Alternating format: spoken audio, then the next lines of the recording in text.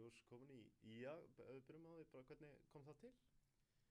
Já, svona í janúar myndi ég segja þá byrjaði allt svona einhvern veginn að fara illa einhvern veginn. Bara nýr þjálfari kominn inn, ég fór frá því að byrja að spila yfir í að bara fæ ekki að vera með á æfingum sko. Þannig að það var eiginlega, komið bara á þann tímapunkt að ég þurfti bara að ákveða hvað ég vildi gera næsta skref sko. Mm. Hjá Tristína auðvitað, hvernig, bara fékkst einhverja skýringar á hverju þú fékkst þessa meðferð? Nei, það er góð spurning. Náttúrulega direktorinn sem kaupir mig út er náttúrulega látið fara, kemur nýr annar og bara, er með annað sýn á þessu. Mm. Þannig að það er erfitt að segja, sko. Mm. En hvernig bara varstu auðvitað í 1,5 ár út á Ítalíu, hvernig gerir hennan tíma upp? Ég myndi segja þetta, maður lærir fullt af þessu, skilur. Ég fæ að búa einn í fyrst skipti, þarf bara að sjá sjálfa mig og fatta bara, þótt að þetta kannski var ekki eins og ég myndi vilja, en maður lærir að þessu, sko. Þannig að, já, þetta eru upp og niður. Kannski leiðilegur endir á þessari Ítalíu dvöl? Já, akkurat. Það er mjög leiðilegt að þurfa að enda þetta svona, sko. En svona er þetta. En svona á léttari nótum, komin í IA, svona spenntur fyrir því sem koma skal þar?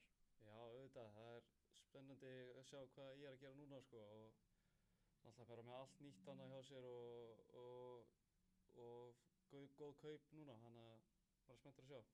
Þegar þú varst að leiðina heim, kom einhverju önnur lið en IA til greina? Já, var eitthvað annað en ég nenni ekki að vera að fara út í það, sko. Það er eitthvað, það er bara það sem er, sko. Þetta uppalinn framari, var það einhvern veginn á borðinu, var það einhver sjens? Nei, náttúrulega þetta gerist frekar hratt, sko. Ég officially rifti, 2. mars eða eitthvað og Ingimar í IA var snöggur að hringja í mann og spyrja hvernig staðan væri og svona og maður tók fund með þeim öllum, Lárus þeim. Hvernig bara sérðu komandi tímabili eins og þú nefnir spennandi kaup og þú þar á meðal, það eru spennandi tímar framöndan upp á Skaga? Já, maður myndi segja það. Það er ég ætla ekki að vera að setja einhverja væntingar upp á okkur en já, maður er bara spenntur að sjá, náttúrulega bara eftir fyrsta leik á móti Fram. Þannig að, já. Hvernig verður bara að mæta þínum uppeldisklúbb bara í fyrsta leik? Ég held að það verður eitthvað, það verður skrítið, allavega það sem ég held, sko. Já. Ert þú með einhver persónuleg markmið fyrir tímabili? Já, auðvitað langar mér að komast aftur út en náttúrulega ef ég ætla að gera það þá náttúrulega þarf ég að standa mig og ég þarf bara að sýna mig hvað ég get, sko. Fyrir þá bara sem muna kannski lítið eftir eða sáuð ekki þegar þú varst hérna á Íslandi, hvernig leikmaður ertu?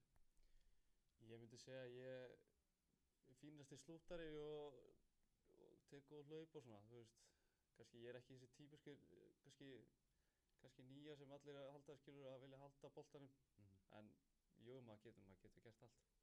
Ólíkur bróðunum, Mikael Agli? Já, hann getur spilað alls staðar. Ég er meira svona fremri, hann er komin aftar bakverðinn og svona. Þannig að þessi fínustu lokaorð,